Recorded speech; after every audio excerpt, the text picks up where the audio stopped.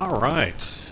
With me here is Athena Peters. Hi. You are DDO's former executive producer and currently working over on, like Lord of the Rings Online and things like that. So, been doing this for quite a while. Yep.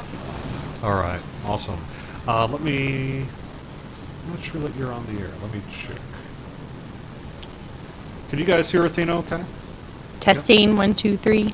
Yeah, okay, you're coming through. Good. Cool. All right, so tell me a little bit of how did you get to Turbine? I came to Turbine by way of a couple of other MMO companies. Most recently, before I worked for Turbine, I worked over on APB with Real Time Worlds in Scotland. And then I ended up moving to Massachusetts. I worked for Disruptor Beam for a little while early on in their startup phase. They make mobile and Facebook games and web games. So they most recently launched the Star Trek online mobile game, which is cool. Really fun. Yeah. And then I came by. Started talking to some folks at Turbine, and they needed some more project managers and producers over here. So that's how I joined in. And I actually my first job on Turbine was project managing for Dungeons and Dragons Online, which I was actually super excited about working on because I was playing as a player in beta.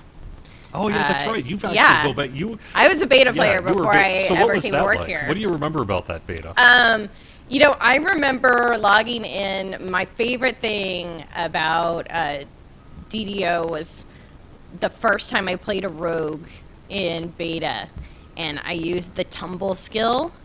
And I saw my rogue do all these actual rolls and flips and jumps, and I was super excited because it felt like playing an action game versus at that point what the typical MMO skill set was like, or how your characters moved sort and interacted with the world. Yeah. Sort of thing. Right, and then actually being in the dungeons and solving puzzles and traps. I mean, It was the first game that I'd played that felt like playing a tabletop D&D game. Cool. Right. Yeah. Only online.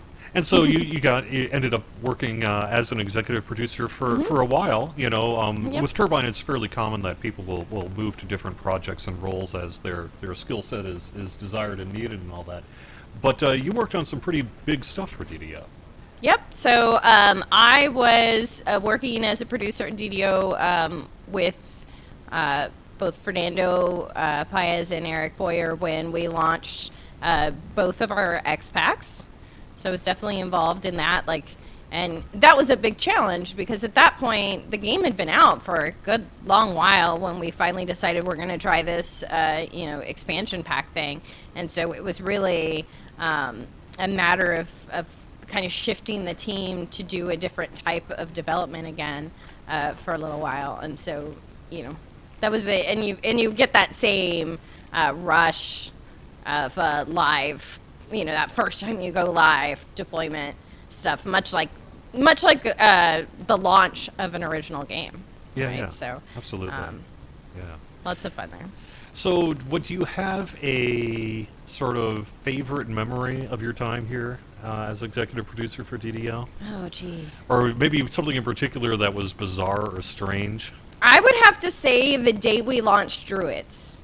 Oh, right. Yeah. That was amazing. Yeah. Because I don't know if I don't know if you guys have heard about it, but the morning that we launched Druids, we had a thunderstorm here in Needham, and there was a wild bear sighting within like a couple blocks of our office. Literally, we got emails that said you cannot leave the office for the next couple of hours because there is a wild bear in the area. and so park rangers were afraid that we might get eaten or attacked or something. Which is an incredible bit by a of bear. irony, Yeah, right? and it was just weird that it's like thunders and lightning strikes and an actual bear outside our building while we're giving our players this chance to play a druid who can summon lightning and turn into a bear. So right. Yeah, absolutely. Cool. Let's see. So, Trying to think here. You also, I know you do pen and paper and LARPing and all that sort of thing I do. too, right? I'm a So, do you find that your LARP skills help or hurt when you play an MMO? I don't know, because LARPing actually came from, to me, I started LARPing after I actually moved here and started working. Okay. So I was an MMO player before I ever became a LARPer. And I really, I didn't actually start playing tabletop D&D until after I'd been playing MMOs for a while as well. So I almost came like the reverse of the way other people do. So it's more like, I think my... the stuff about like learning to work in groups and teams and all of that came from my MMO experiences, and now I translate into the LARPing experience. But then I bring some of it, sometimes I think back on it, like I know when I'm LARPing, or, I'm thinking a lot about costume design and stuff, and so that's something that I'll come back into work and be like, hey, I'm big on trying to make, when we have cosmetic items, like making those really like unique and fun, because that's something that gives the player a sense of ownership that you really get when you're playing, games outside of MMOs, and to bring that into an MMO it makes you even more connected to that experience, right? Yeah, absolutely. So. Very cool, very cool. So, I don't know, what are you doing to celebrate DDO's 10th anniversary? What am I doing? So I'm here talking to you. Yeah. Oh, yeah. And then this weekend, I actually just started up a D&D campaign with my family that we've run like one. So this weekend we'll definitely be playing some more D&D and picking up some more miniatures and all of that. And I definitely know really... that you're used to halfling wrangling. Yes. So, yes, I have a couple. Well, Athena, it's great to have you stop by, and I'm sure the community is glad to see you and all that sort of thing as well. Thanks very much for joining us. Thank you, and happy birthday, Dungeons & Dragons. You bet. All right, where did I...